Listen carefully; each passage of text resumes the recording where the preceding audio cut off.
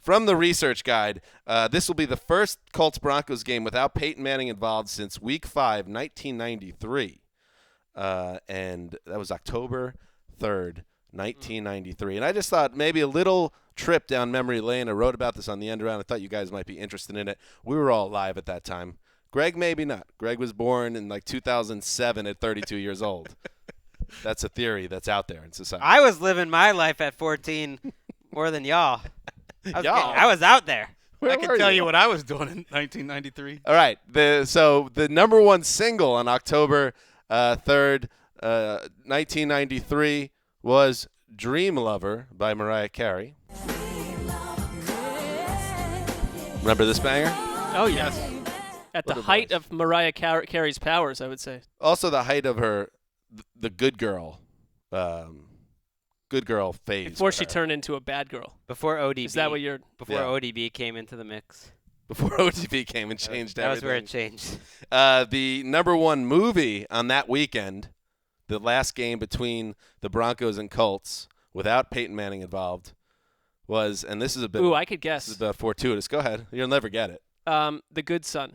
No, wait, how would you even be close to that? That was the number 2 movie. Because I went to a movie with my dad that week in November 93 and remember what movie it was. Whoa. It was the number 2 movie in America. But the number 1 movie in America was a tepid medical thriller starring Alec Baldwin and Nicole Kidman called Malice, which has been forgotten completely by society, but does include some peak Baldwin that we've known on the show. You ask me if I have a God complex? Let me tell you something.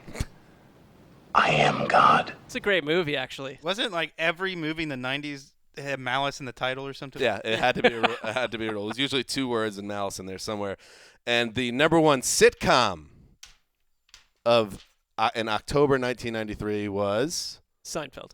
Simpsons? No and no. Wes? Oh. Well, you've already answered. Sorry, Mark. Cheers was already gone, right? I know what it is. Friends? No, I'm they going, weren't on there yet. I'm going Frasier. All wrong. This is the answer. Home Improvement. Oh, my God. What Let's hear it a again. cultural wasteland 1993 was. Let's hear that again, Sid. Well, it's good to know America's not dumber now than it was then. Have you seen our presidential candidate? Always been dumb. Greg, a secret JTT fan. Have you ever been to Greg's house? Albums committed Still have that to poster JTT. of him on the back of your door? You know, I'm thinking about, Sid, I was thinking about maybe bringing back.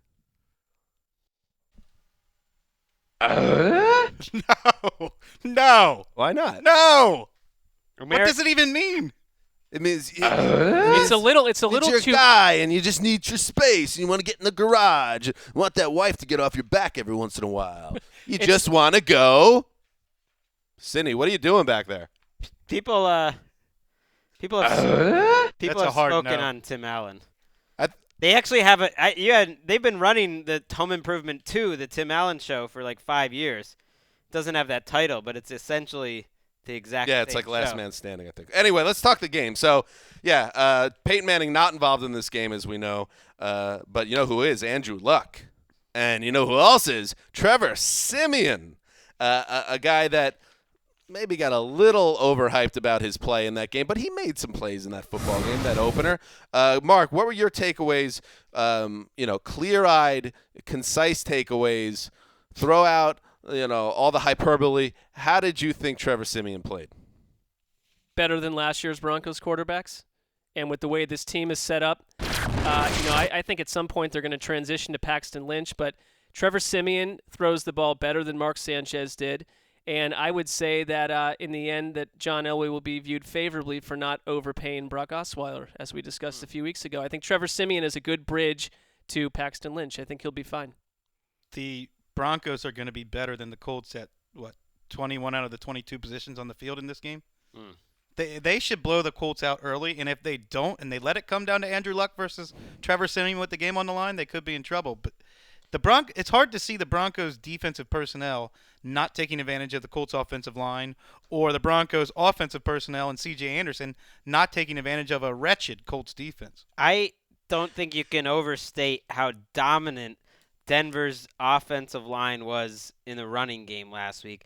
when I watched that Fullback again, too. they destroyed Carolina, who we think of as a front seven. So as a good front seven, they absolutely dominated them. And so if you've got that kind of dominance in the running game, now that it's really the Gary Kubiak offense, and they're doing that in week 1. That's scary, and also scary is that they got Shaq Barrett and Shane Ray coming off the bench, and you're practically not losing anything at this point. Shane Ray and Shaq Barrett are getting better and better. I think this is one of a string of games for the Colts. We're going to get it. Their offense, they can score points, but they are just an incomplete roster. What concerns me about Denver, obviously, with Demaryius Thomas, said this week that he has concerns about coming out of his cuts and getting hit with the hip injury he has. He's obviously not 100%.